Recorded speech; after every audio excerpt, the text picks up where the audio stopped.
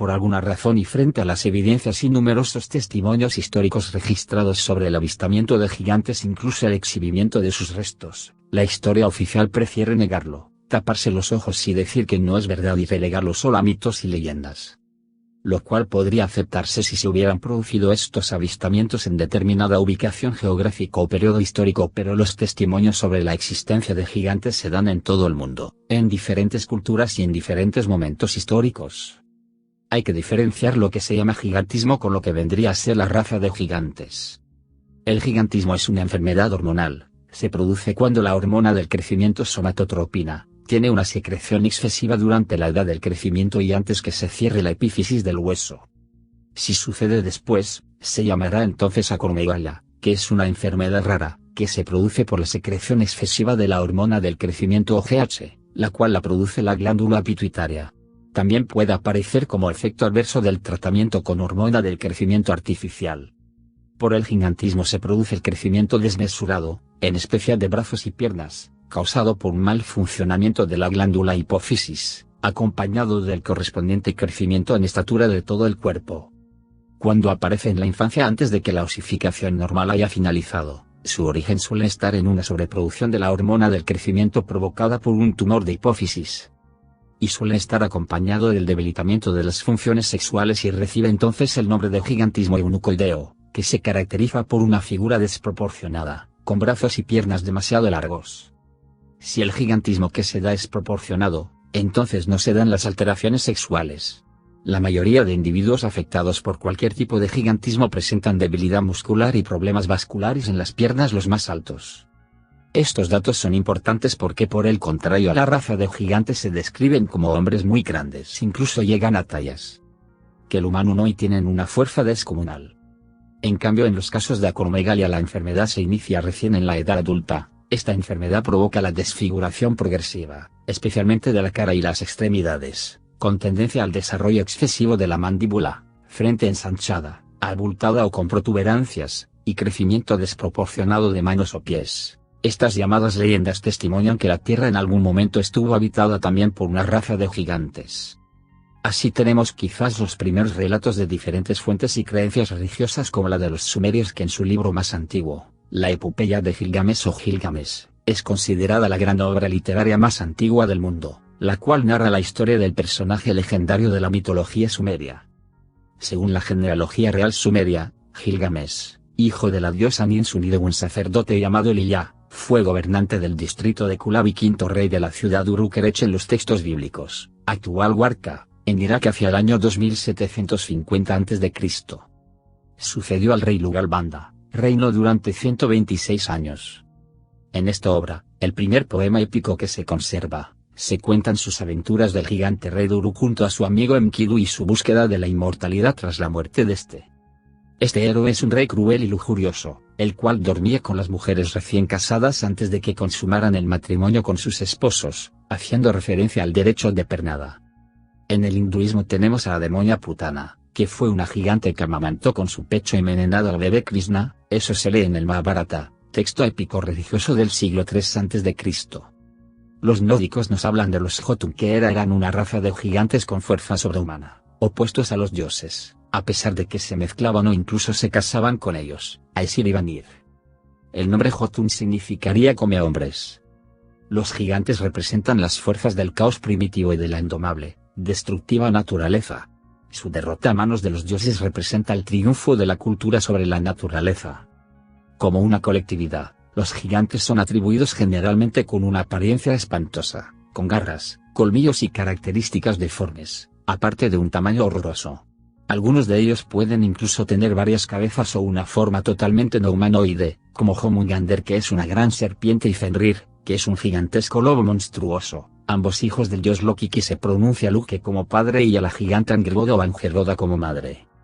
En tiempos tardíos, los gigantes eran comúnmente conocidos como Trolls en Escandinavia. No pueden soportar el sonido de las campanas de las iglesias, y por lo tanto deben vivir alejados de la civilización, en las montañas en bosques más remotos. Cuando a veces viajan a la civilización, su principal objetivo parece ser acallar este clamor arrojando grandes piedras a las iglesias. Para los griegos los titanes en masculino y las titánides en femenino eran una raza de poderosas deidades que gobernaron durante la legendaria Edad de Oro. Los titanes precedieron a los 12 dioses olímpicos, quienes, guiados por Zeus, terminaron derrocándolos en la titanomaquia guerra de los titanes. La mayoría de ellos fueron entonces encarcelados en el Tártaro, la región más profunda del inframundo. En la Biblia hay diferentes relatos que nos habla de gigantes. Génesis 6:4. Había gigantes en la tierra en aquellos días, y también después que se llegaron los hijos de Dios a las hijas de los hombres, y les engendraron hijos. Estos fueron los valientes que desde la antigüedad fueron varones de renombre. Números 13, 31-33. Cuando Moisés envía un representante de cada tribu a reconocer la tierra de Canaán, ellos vieron que era gente más poderosa que ellos y de gran altura y que también vieron ahí gigantes, hijos de Anak, raza de los gigantes. Quizás el relato más conocido es el del joven David venciendo al gigante Goliat. En este lado del mundo tenemos los relatos de la expedición de Magallanes, quien incluso por visualizar gigantes se dice que en honor a ellos bautizó como Patagonia la región austral de este continente.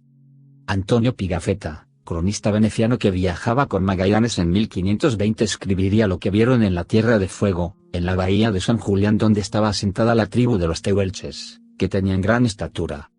En el libro primero de Viaje alrededor del mundo dejó este testimonio. Un día en que menos lo esperábamos se nos presentó un hombre de estatura gigantesca. Estaba en la playa casi desnudo, cantando y danzando al mismo tiempo y echándose arena sobre la cabeza.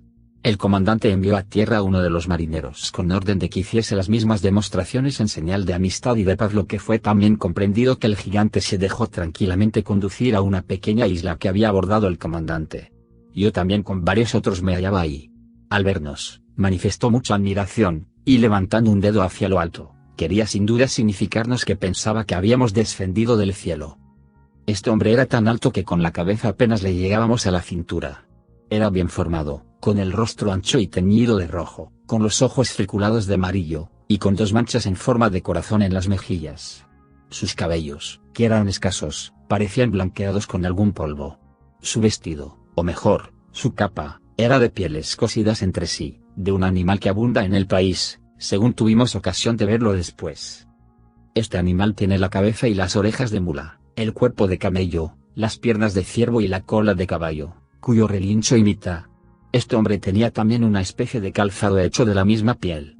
Llevaba en la mano izquierda un arco corto y macizo, cuya cuerda, un poco más gruesa que la de un laúd, había sido fabricada de una tripa del mismo animal, y en la otra mano, flechas de caña, cortas, en uno de cuyos extremos tenían plumas, como las que nosotros usamos, y en el otro, en lugar de hierro, la punta de una piedra de chispa, matizada de blanco y negro.